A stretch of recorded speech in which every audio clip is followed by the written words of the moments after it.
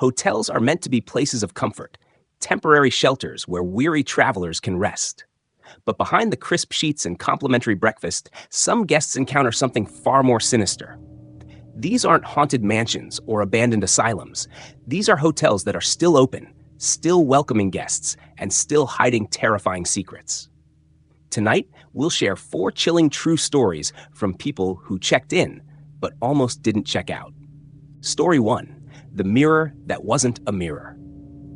When I first moved into the cheap motel on the outskirts of town, I didn't think twice about the full-length mirror mounted to the wall opposite the bed. It wasn't particularly clean, but in a place that cost $40 a night, I didn't expect much. I was there for one reason. My car had broken down on the way to a job interview, and I needed somewhere to crash until the repair shop opened in the morning. It was late, close to midnight, when I finally got settled. I showered, threw on some clothes, and collapsed onto the bed. The TV flickered with static before I found a late-night movie to drown out the silence. As I lay there, half watching the screen, my gaze kept drifting to the mirror.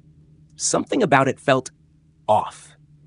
Maybe it was the way it seemed a little too reflective, too perfect. Even in the low light, it showed everything in crystal clarity.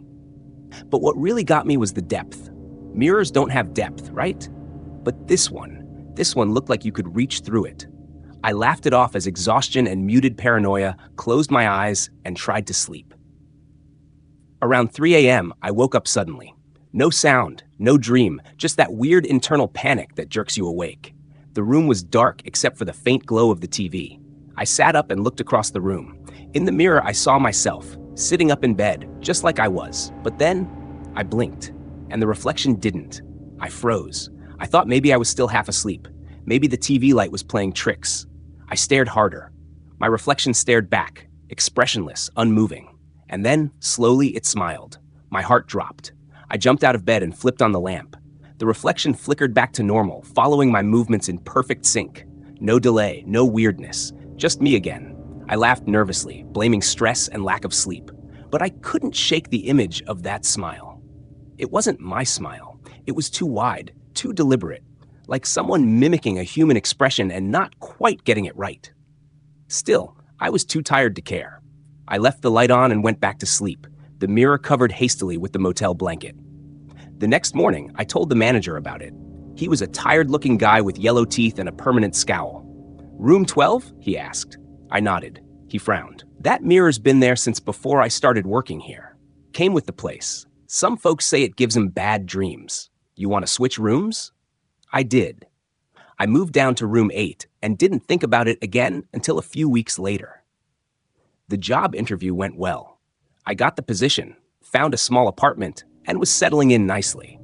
I'd almost forgotten about the motel incident, until I was scrolling through Reddit late one night and came across a thread titled, open quote, "What's the creepiest thing you've ever seen in a mirror?" Close quote. Curious, I clicked in. Buried in the comments was a post from a guy who described my motel. Same layout, same weird mirror. He said he saw someone standing behind him in the reflection, someone who wasn't in the room. He'd turned around to find it empty. But when he looked back at the mirror, the figure was still there, now grinning. Another user replied to that comment, saying their sister had stayed there last year and complained about hearing whispers at night, soft, low voices that seemed to come from behind the glass.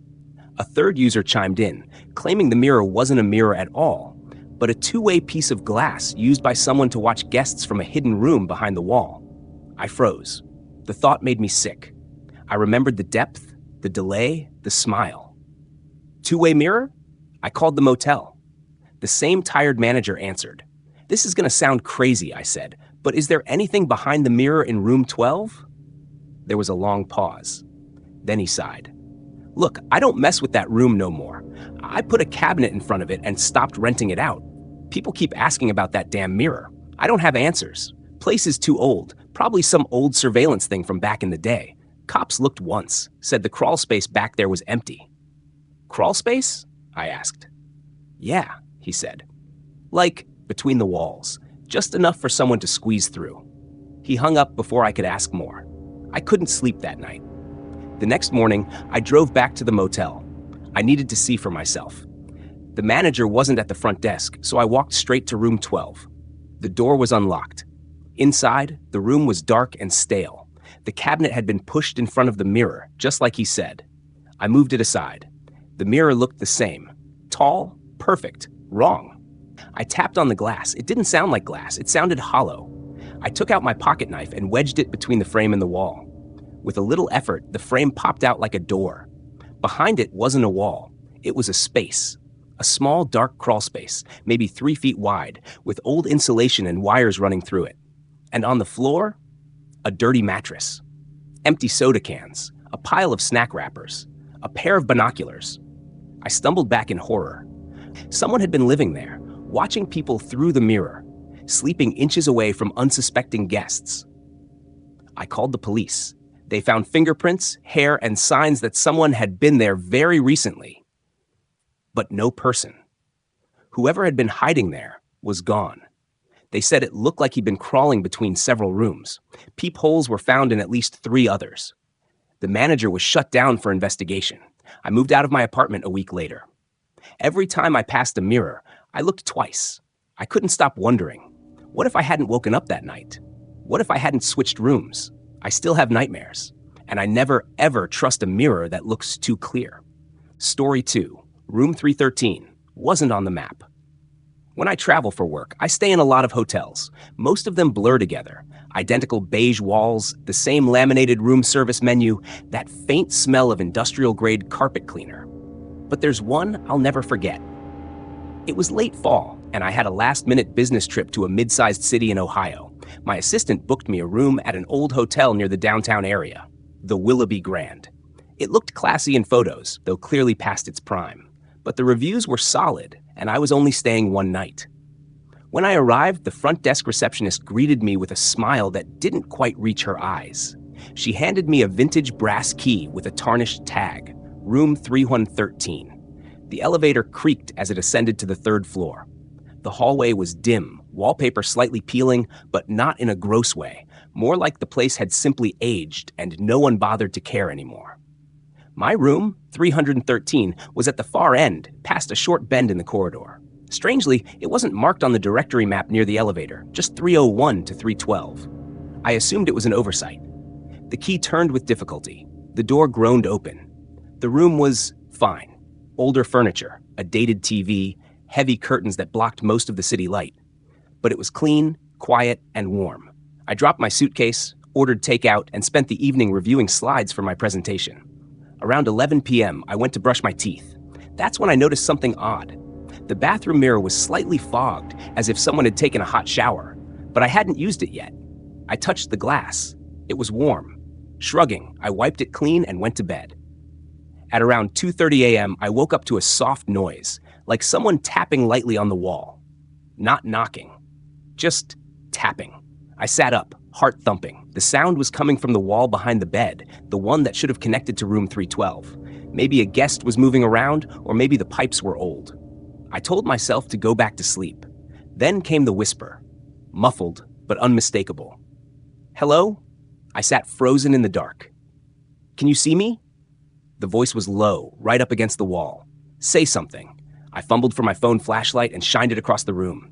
Empty. Of course. I pressed my ear to the wall. Silence now, complete. My skin crawled. The next morning, I went down to the front desk. A different receptionist was working. I casually mentioned the weird noises, not wanting to seem paranoid. She frowned. You said room 313? I nodded. She tapped something on her computer, then paused. Are you sure? Yes, it's on the key tag. She hesitated. That can't be right. Room 3113 has been sealed for over a year. Maintenance issues. We don't assign it anymore.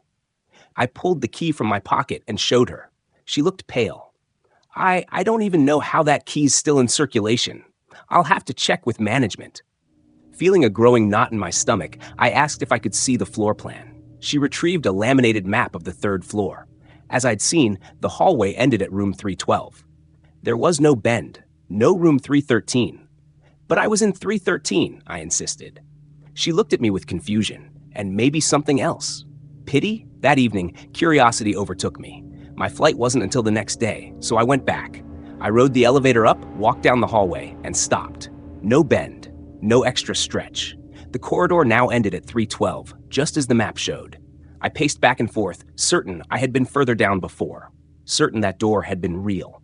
I even knocked on the wall where I remembered it being. Solid. No hidden door. No gap. As I turned to leave, I noticed an old black and white photo in a dusty frame hanging near the elevator.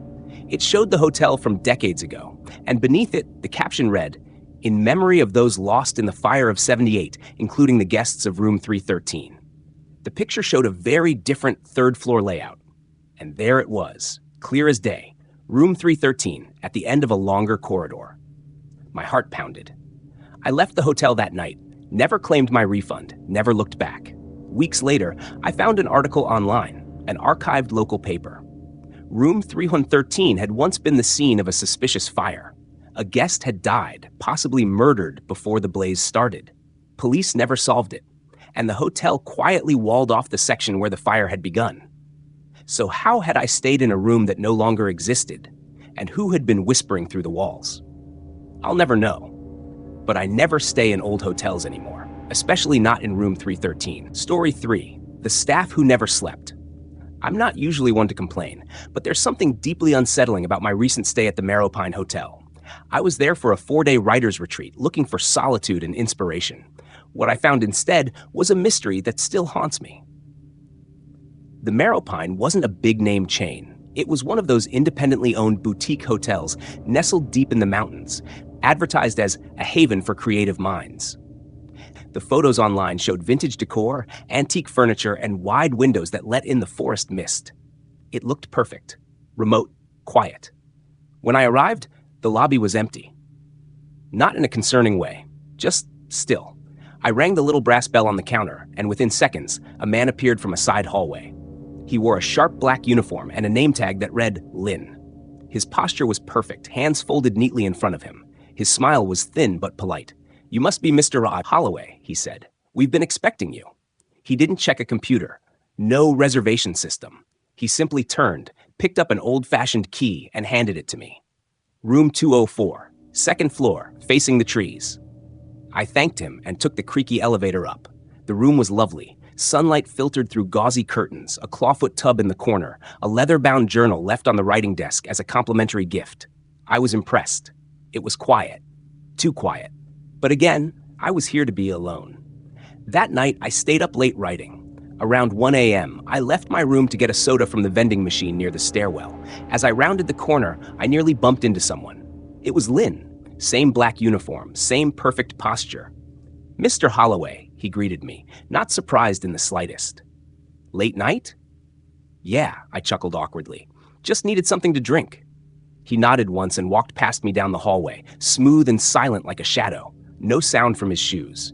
No rustling of fabric. The next morning, as I went down for breakfast, Lynn was already at the front desk. Same uniform, same perfectly combed hair. He greeted me again, exactly the same as the night before. "You sleep well, Mr. Holloway?" I blinked. Yeah, thanks." I looked around the lobby. No one else. No other staff. No other guests. I brushed it off. Maybe they were short-staffed, or maybe I was just the only one checked in so far. But every time I left my room, no matter the hour, Lynn was there. Sometimes he was dusting the banisters. Sometimes he was straightening furniture in the lounge. Sometimes he was simply standing behind the front desk, waiting. Always the same uniform. Always clean, unwrinkled. Always awake. On the third night, I decided to test something. I walked down to the lobby at 3:17 a.m. Lynn was there, still. He didn't flinch or blink when I entered. "Can't sleep?" he asked. "Just stretching my legs," I replied, pretending not to notice the time. He smiled politely. "The night is a good time for reflection." The next morning, I finally saw someone else, a woman in her mid-60s cleaning the hallway. I asked if she worked here long. 30 years, she said proudly, her voice a little gravely. "But only part-time now. Not like him." She gestured downstairs. "That man never leaves." "You mean Lynn?" She nodded. "He's always here." I laughed nervously. "Must be a hard worker." She looked at me strangely. "You don't know?" "Know what?" But she just shook her head and moved on, mumbling something under her breath in a language I didn't understand. Later that afternoon, curiosity got the better of me. I asked Lynn where he lived. "I reside on the property," he said without hesitation. "I'm always available to assist guests." "Do you ever sleep?" His eyes twitched just slightly, almost imperceptibly. Then, of course, when I need to. That night, I heard footsteps in the hallway, soft but deliberate. They circled past my room 3 times. I watched through the peephole, but no one passed. When I finally cracked the door open, the hallway was empty. At breakfast the next morning, Lynn greeted me again. Same tone, same phrasing, same precise posture, and something inside me snapped. "Have you ever taken a day off?" I asked, a little too forcefully. He tilted his head slightly, as though trying to understand the question. "Days off are not required here," he said. "Not for me." "What are you?" I whispered, more to myself than to him. He smiled politely. I packed my bags an hour later, even though I had paid for one more night. As I was checking out, Lynn handed me a folded piece of paper. "From the guest before you," he said. "He asked me to pass it along, said you'd understand." I opened it outside in the car. It was handwritten, a bit messy, with shaky pen strokes. It read, "If you see Lynn more than 3 times in one day, leave. If he starts asking you questions, run. He isn't a man. He hasn't aged. I stayed here in 1994. He looks exactly the same." I drove straight through the night, never looking back. Weeks later, I looked up the hotel's history. It had once been a sanatorium in the 1920s, staffed by live-in orderlies trained to serve around the clock. One in particular, a man named Lindell Crane, was infamous for refusing rest, obsessively serving patients until he collapsed from exhaustion and died in the East Wing, which was later renovated into the modern hotel. Some believe he never left. I'll never know what Lynn was. A ghost? A fragment of some residual energy? A perfect mimic? But I do know this. Every time I look into a hotel lobby and see someone standing too still, watching too closely, I remember that man in the black uniform, smiling without blinking, waiting. Story 4. The room that replayed a murder. I used to travel a lot for work, hopping from city to city, staying in everything from 5-star hotels to shady roadside motels. After a while, all hotel rooms start to feel the same. Beige walls, scratchy sheets, buzzing AC units. So when I walked into room 204 of the Hawthorne Inn on the outskirts of Pittsburgh, I didn't expect anything out of the ordinary. It looked just like every other mid-tier hotel room. Queen bed, a wooden desk, a flat-screen TV mounted on the wall, and a long mirror beside the dresser. Nothing screamed haunted, nothing even whispered it. The room had a faint smell of bleach, which I took as a good sign. At least they cleaned it. I threw my bag on the bed and went about my usual routine. Unpack the essentials, check for bed bugs. Don't judge, I've been burned before. And flop onto the mattress for a quick power nap before dinner. But when I closed my eyes, the room wasn't quiet. It wasn't a sound exactly, more like a pressure. You know that feeling when someone's standing behind you and your skin prickles before you even turn your head?